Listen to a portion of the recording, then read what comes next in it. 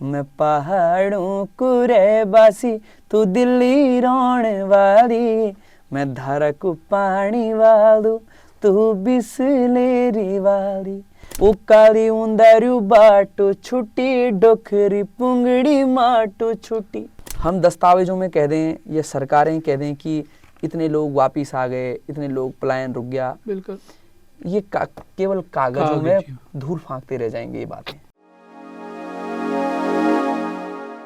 नमस्कार, मैं हूं गुणानंद जखमोला। चौखंबा स्पेशल में आज हम जिस शख्सियत को आपको मिलाने जा रहे हैं वो किसी परिचय का मोहताज नहीं है। हमारे उत्तराखंड, हमारे पहाड़ की युवा दिलों की धड़कन है। सीधे सीधे मिलवाता हूँ मैं आपको। लोक गायक, उभरते हुए गायक हैं सौरभ मैठाणी, और इतनी छोटी सी उम्र में इन्होंने एक बड़ा मुकाम हासिल किया है। सौरभ, आपका चौखंबा स्पेशल में स्वागत है। धन्यवाद आदरणीय जखमोला जी, और तमाम देखने वालों तय जिथा भी लोग सुनने वाला छन इस कार्यक्रम को देख रहे हैं सोशल मीडिया के माध्यम से, उन सभी तय मेरे सब प्रणाम। सौरभ, मतलब बहुत सारे लोग ये, क्योंकि तुम बहुत सारे गाने गाते हो आप, तो एक वो रहता है क्योंकि उसमें कुमाइयाँ भी, कुमाऊनी गाते हो, गढ़वाली गाते हो, तो मतलब थोड़ा अपन पृष्ठभूमि बारे में बताया कि जन्म का खोया, शिक्षा दीक्षा का खोया। जखमोला जी, जो मेरो जन्म हुए वो रुद्रप्रयाग जनपद का जखोली ब्लॉक का खुला खाल ग्राम सभा में, और जो मेरी प्रारंभिक शिक्षा हुई पहले से लेके 5वीं तक वो गांव में हुई। फिर परिस्थिति का अभाव रहा, मेरी माता जी के थोड़ा चोट लग गई थी कमर में, तो उस वजह से हमें देहरादून आना पड़ा। 2002 की बात है, और तब से 2002 से लेके अभी तक के यहीं, फिर उसके बाद की पढ़ाई लिखाई हुए, उसके बाद यहीं हमने अभाव में, कई परिस्थितियों के अभाव में पढ़ाई करी, संगीत सीखा। सेल्फ मेड हो। ये जो संगीत है, जो गीत गायन है, क्या ये विरासत में मिला या कैसे, मतलब प्रेरणा कैसे मिली? जखमोला जी, पहले मुझे गायक बनने का कोई विचार नहीं था या मेरा कोई उद्देश्य नहीं था। मैं अपने आप को एक दो जगह मैंने और भी कहा है कि मैं परिस्थितियों के अभाव का गायक अपने आप को मानता हूँ, क्योंकि 2008-9 में कुछ फाइनेंशियल प्रॉब्लम्स ऐसे घर में आई कि मुझे सीधा 10वीं में मैं था और मैं पढ़ाई लिखाई कर रहा था उस टाइम पे, और फाइनेंशियल कंडीशन ख़राब हुई। तो मुझे ऐसा लगा कि मैं यदि तैयारी करूं किसी पेपर की या एग्ज़ाम की तो घर कैसे चलेगा, या ऐसी स्थितियां थी। तो मैं तब से ही कभी डांस में, कभी कोरस गायन में गाने के लिए चले गया, और धीरे धीरे भगवान की कृपा ऐसा बनी कि आज लोग थोड़ा बहुत गायक के रूप में जान रहे हैं। अच्छा, एक किस्सा, मतलब जो शायद बहुत कम लोगों को पता होगा, मैंने कहीं आपके बारे में पढ़ा कि वो 41 रुपए के इनाम वाला किस्सा क्या है? जखमोला जी, जब मैंने सबसे पहले मैं शिशु मंदिर में पढ़ता था गांव में, और हमारे गुरुजी उस टाइम रोशन लाल जी होया करते थे, अब तो पता नहीं कहाँ होंगे, क्या होंगे। और मैं स्कूल का सबसे होनहार बच्चा था शिशु मंदिर में। अच्छा। जब मैं गांव में पढ़ता था, तो जब वार्षिक उत्सव होता था राजकीय इंटर कॉलेज का, तो शिशु मंदिर वाले बच्चे भी वहाँ पार्टिसिपेट करते थे। ठीक है। तो मुझे 2000 की बात ये होगी, और मैं लगभग 4 साल का रहा हूँ उस टाइम पे। तो मैंने 1999 या 2000 की बात होगी, और मैंने राजकीय इंटर कॉलेज में जब गाना गाया, मम्मी ने कोई पोएम सिखा रखी थी कि उत्तराखंड हिमालय का ताज का बेटा हूँ, कुछ इस प्रकार का एक कविता मैंने सुनाई थी। तो मुझे उस टाइम पे 41 रुपए इनाम और डोंगे, थालियां जो पहाड़ में मिलती है, आज भी वो मेरे पास है, उसमें बकायदा नाम लिखे हुए हैं जिन जिन गुरुजियों ने वो भेंट करी थी। तो वो हुआ था वो इंसिडेंट। अच्छा, फिर मतलब गायन के प्रति सीरियस कब हुए कि हाँ भाई इसी में कैरियर बनाना है? सीरियस तो जखमोला जी मैं 2015-16 के बाद हुआ, जब मैं भातखंडे म्यूजिक विद्यालय में संगीत सीखने गया। तो पहले तो मुझे समझ ही नहीं आया, मैंने सोचा गीत वगैरह सिखाते होंगे कि आज इसका गीत सिखा दिया, कल उसका गीत सिखा दिया। पर वहाँ क्लासिकल म्यूज़िक जब मैं सीखने गया तो मैंने पूरा 6 साल म्यूज़िक सीखा। तो उस दौरान फिर अपना आप ही संगीत के प्रति मेरा रुझान हो गया और मैंने कहा पढ़ाई तो मैंने बीकॉम साथ साथ करता रहा, उसके साथ साथ काफ़ी जॉब भी करी, हर चीज़ में मैंने जॉब करी हैं और साथ साथ इसकी तरफ रुझान आ गया और वहाँ से कैरियर बना। कुछ मुझे लगता है फिल्मों में भी कुछ का जी अभी मैंने फिल्मों में एज अ गायक मैंने 2-4 गीत गाए हैं और एक अभी उत्तराखंड देवभूमि मिशन फिल्म आ रही है, उसमें भी मैंने 2 गीत गाए हैं। ओके, तो जैसे आपकी माँ भी लोक गायिका हैं, चाहे गृहिणी हैं, लेकिन उनका वो मतलब मैंने सुना है उनको कई बार स्टेज पे भी यही जो पहाड़ों को रहवासी वाला, ये बाद में सुनेंगे, लेकिन माँ का कोई फेवरेट जो गाना हो, जो मतलब एक गुदगुदाता है ना कि दूध बोली सबसे अच्छी बोली होती है क्योंकि वो माँ सिखाती है, तो माँ ने कोई ऐसा गाना सिखाया है जो कभी गुनगुनाते हो? माँ ने ऐसा गीत तो ऐसे सिखाया तो नहीं है, पर मेरी मम्मी मांगल गीत बहुत अच्छा गाती है और जो हमारे यहाँ रुद्रप्रयाग में गाए जाते हैं मांगल गीत वो कुछ इस प्रकार के हैं। कभी कभी जब मम्मी खाना बना रही होती है या कभी शादी ब्याहों में जब गाँव में होते थे तो जो गाती है वो मैं गुनगुना देता हूँ कि हिरण पीठों खोली का गणेशा, हिरण पीठों मोरी का नारणा, हिरण पीठों पंच नाम देवता, हिरण पीठों भूमि का भूम्याला। इस प्रकार के अरे बहुत खूब, मतलब तो ये तो मांगल तो आप भी खूब अच्छे गा रहे हो। जी तो मतलब वो विरासत में है वो संगीत। अच्छा, एक जो परंपरा सी है कि जी अब बहुत सारे गीत आ रहे हैं और बहुत सारे गायक आए हैं और उन लोगों में ये जन कि हर कोई मतलब बहुत जल्दी फेमस होना चाहता है, तो उसके लिए क्या है लोग गीतों को मिक्सअप कर रहे हैं, उनको तोड़ मरोड़ कर उनको रैप से जोड़कर, तो इस परंपरा को किस नज़रिए से देखते हो? जखमोला जी, मैं भी नई पीढ़ी का ही गायक हूँ और मुझे लगता है यदि हम लोग गीत को उठाते हैं तो उसको पहले हम अच्छे से पढ़ लें, उसको समझ लें और उस गीत के पीछे 100 वर्ष पूर्व जो लोग रहे होंगे उनका भाव भी हमें देखना चाहिए। बिल्कुल। वो गीत क्या कह रहा है, वो श्रृंगार रस पे है या वो हमारे वीर पुरोधाओं पे है, वो हमारे प्राकृतिक सौंदर्य पे है या वो हमारे तीर्थाटन पे है या वो हमारे खाने पहनने की संस्कृति पे है, वो हमारे कैसे करके हमने किस परिस्थिति में हमारे लोगों ने पहाड़ को बचाया है उसमें है। यदि उस गीत के भाव को समझ के उसको नए ट्रेंड के साथ निकाला जाए ताकि वो नए बच्चों तक अच्छे से पहुंचे, तब तो ये बहुत अच्छा है। और यदि खाली हम उस गीत को डीजे गीत बना दें और हम चाहें कि व्यूज आ जाएं तो वो मतलब बिल्कुल ही गलत है। बिल्कुल व्यूज के लिए नहीं।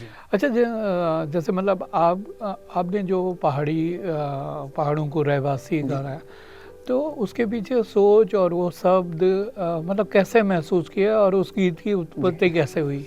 जखमोला जी, ये गीत ने मुझे एक पहचान भी दी है और भगवान की दया से मैंने जो अधिकतर कार्यक्रम करता हूँ ये लोग मुझे अब पहचानते हैं, वो उसी गीत से पहचानते हैं, पहाड़ों को रहवासी। हमारे एक मित्र हैं देश दीपक नौटियाल और वो उत्तरकाशी के रहने वाले हैं। अभी हाल में वो लंदन में एक बहुत सेटल्ड जॉब में है IT सेक्टर में।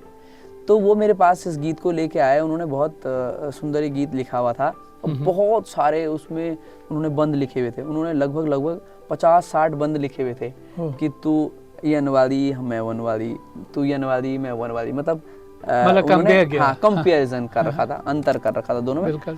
और उसमें से मैंने अच्छे जो बंद थे वो छांट के उस गीत को बनाया, उसकी धुन बनाई। 2-3 बार मैंने अलग अलग धुन बनाई उसको और बाद में फाइनली ये धुन बनाकर लोगों के बीच जब पहुंचाया तो वो एकमात्र ऐसा गीत था कि जिसमें दिल्ली वाले को भी बुरा नहीं लगा और पहाड़ वाले को भी इतनी खुशी हुई कि हमने दिल्ली वाले पे भी अंक कस दिया। तो मुझे एक पत्रकारिता में एक बार ये भी पूछा दिल्ली में कि आपने ये दिल्ली की आलोचना करी है। मैंने कहा जी आलोचना नहीं की है, मैंने कहा है कि तुम मनी प्लांट वाली मेरा चौक नारंगी डाल दी।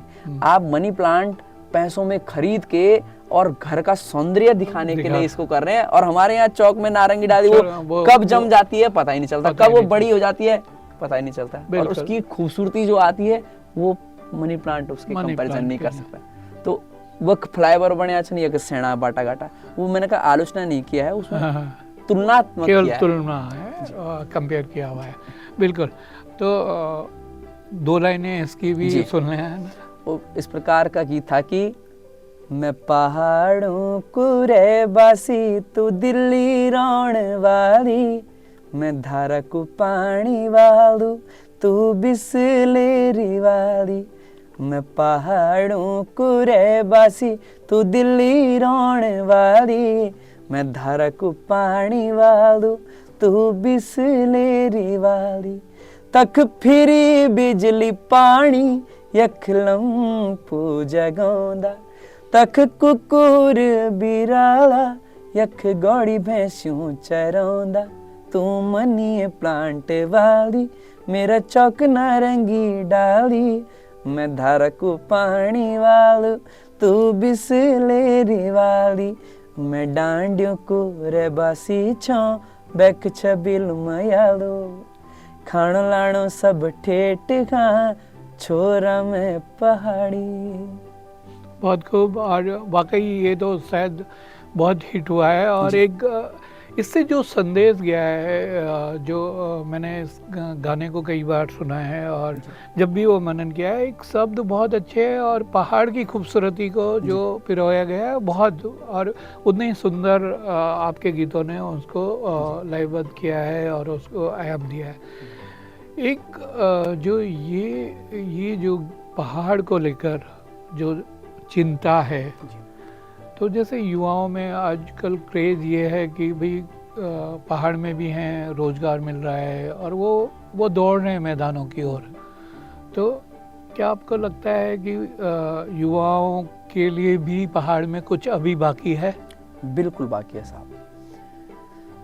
अक्सर जब भी हम कहीं बैठे रहते हैं किसी गेट टुगेदर में या किसी चर्चा में, किसी इंटरव्यू में, ये सवाल आता है कि पलायन हो गया, पहाड़ के बच्चे प्रदेश में आ गए हैं, देश विदेशों में जा रहे हैं। देखिए, जो पहले पलायन हुआ है, जितना मेरा नॉलेज कहता है, हो सकता है मैं सही भी हूँ, कहीं पे मैं गलत हूँ, वो हुआ है शिक्षा के कारण, स्वास्थ्य के कारण और रोजगार के कारण। बिल्कुल, ये और बुनियादी समस्या। हाँ, और अब रोडें अच्छी हो गई हैं, भले रोडें अच्छी पहुंच गई हैं, पर फिर भी मैं ये बात कहता हूं कि ये सरकार का तो जिम्मेदारी है ही है, साथ में आम जनमानस की भी जिम्मेदारी है।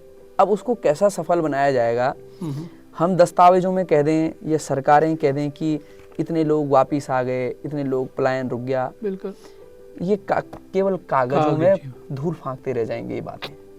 वो आम जनमानस को भी लेना पड़ेगा इसका जिम्मेदारी, और सरकार को भी। अब वो होगा कैसे कि जो 20 साल पहले दिल्ली में 15 से 20 हज़ार की नौकरी में सेटल हो गया है, उसको पहाड़ कोई ला नहीं सकता, क्योंकि बेचारा वो 2000 में अपने स्कूल में बच्चों को फीस दी, 5000 में अपने घर के किराया देना है, 4000 उसने अन्य चीज़ का इलेक्ट्रिसिटी बिल देना है, तो उसको तो आप दिल्ली से, बम्बई से, देहरादून से नहीं पहाड़ ले जा सकते। पर जो व्यक्ति सक्षम हो गए हैं, आज लोग अपने स्टेटस में, आप सुबह अगर फ़ोन खोलेंगे तो 100 में से 50 पोस्ट ये रहती हैं, आई लव माई विलेज, मैं पहाड़ को याद कर रहा हूँ, हाँ सुना, मैं अपना गाँव तो याद करनू छो, और आंसू डाली ते अपने गाँव की फोटो। उसकी मन की इच्छा है कि मैं जाऊँ, पर वो खाली देहरादून और दिल्ली बम्बई में याद करूँ। उसके लिए क्या होना चाहिए, मुझे जो लगता है, जो सक्षम लोग हो गए हैं हमारे पहाड़ के, जिनके अच्छे व्यवसाय चल रहे हैं, अच्छे पोस्ट पे रहे हैं, अच्छे जगह पे पहुंच गए हैं, वो अपने आय का कुछ 1% निकाल के और सरकार के साथ कोलैब करके पहाड़ में कुछ ऐसा मॉडल तैयार करें। हमारे मॉडल विलेज बनाए हैं, है ना, ऐसा विलेज बनाए कि जो पहाड़ में अभी लोग हैं, वो तो रुको ना, क्योंकि वो प्रोत्साहित तो हो रहा है वो बच्चा 10वीं क्लास का कि यार मेरे चाचा दिल्ली में लिख रहे हैं कि आई लव माई विलेज और मैं इस विलेज में ही रह रहा हूँ, पर उसके पास जब वहाँ संसाधन होगा ही नहीं, रोजगार होगा ही नहीं, अपने माता पिता को अपनी बीवी को पालने के लिए पैसा होगा ही नहीं, तो कैसे पहाड़ में रहेगा? वो भागेगा, वो बाहर जाएगा ही जाएगा।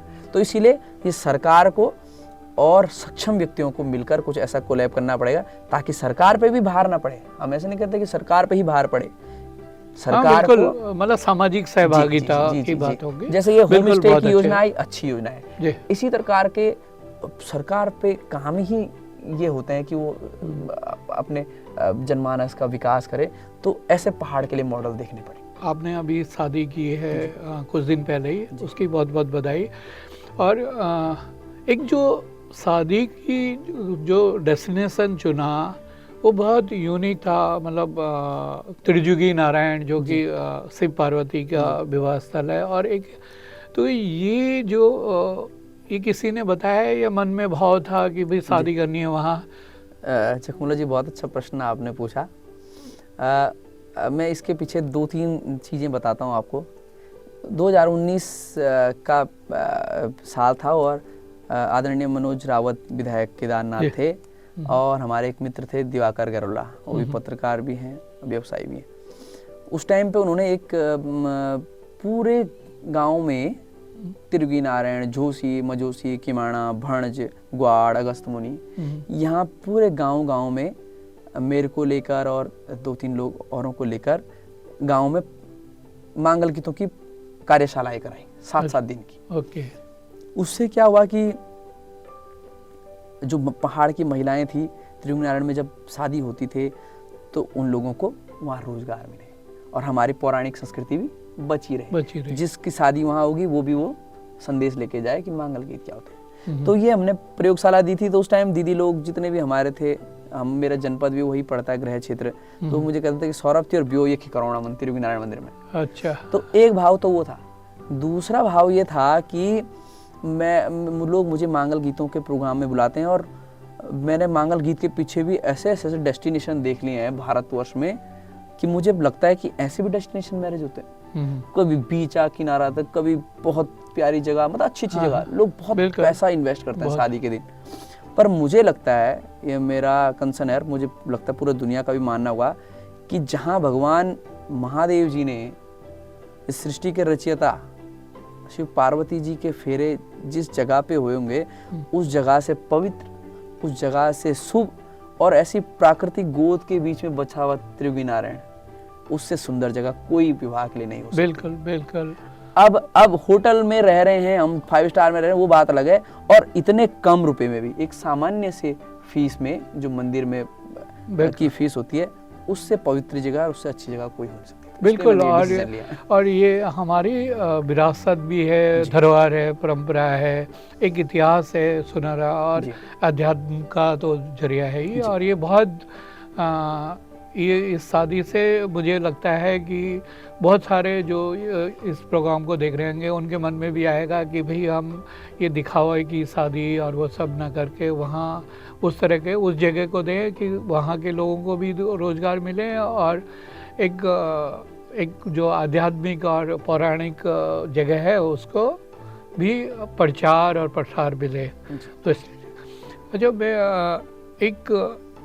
एक आखिरी सवाल पूछ रहा हूँ कि अब भविष्य में क्या प्लानिंग है? शादी भी हो गई और अब गानों का क्या, मतलब करियर को लेकर क्या है?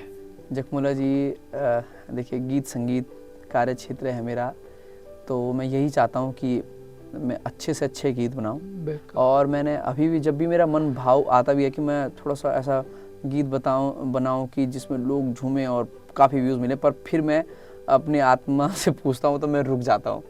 तो मेरा अधिकतर यही कंसर्न रहेगा या यही रहेगा, भगवान मुझे सक्षम बनाए और मैं हमेशा पहाड़ की चिंता करते हुए, पहाड़ की खूबसूरती दिखाते हुए, पहाड़ की रॉयलनेस कि हम पहाड़ की गरीबी भी नहीं दिखाऊं, पहाड़ की खूबसूरती, जो पहाड़ की पॉजिटिविटी है।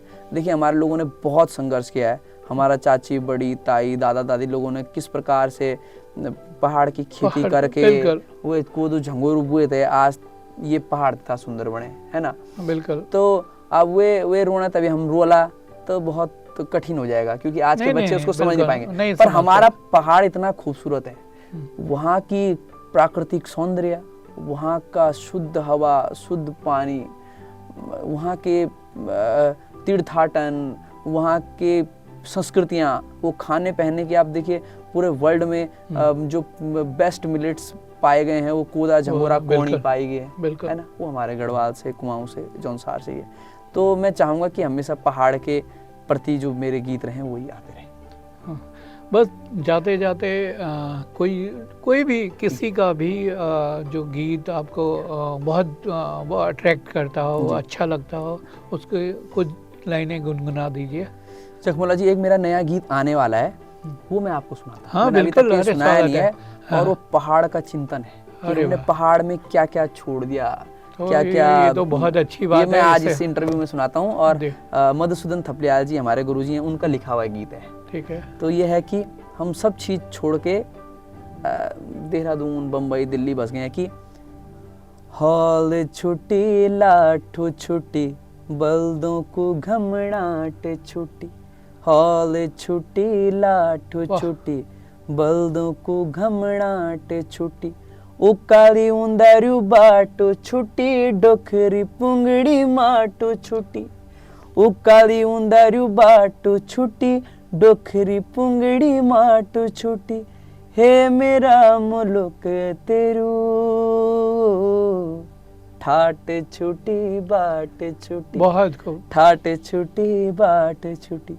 इसका बंद क्या है कि चौक मा उर ख्याली गुम, कूड़ा मधुर पाली गुम, ओह, चौक मा उर ख्याली गुम, कूड़ा मधुर पाली गुम, मुसलिंड भोरिया कोठार मोसा छन बिराली गुम, धोती को फपराट छुट्टी, चखुलियों को चुई चाट छुट्टी, गदनियों को सुई शाट छुट्टी, तो त्यों खा, हमारा गांव में त्यों खा पड़ त्यों खा को लबड़ाट छुट्टी, फूलों को खिकलाट छुट्टी, मुआरियों को रुइणाट छुट्टी, हे मेरा मुल्क तेरू,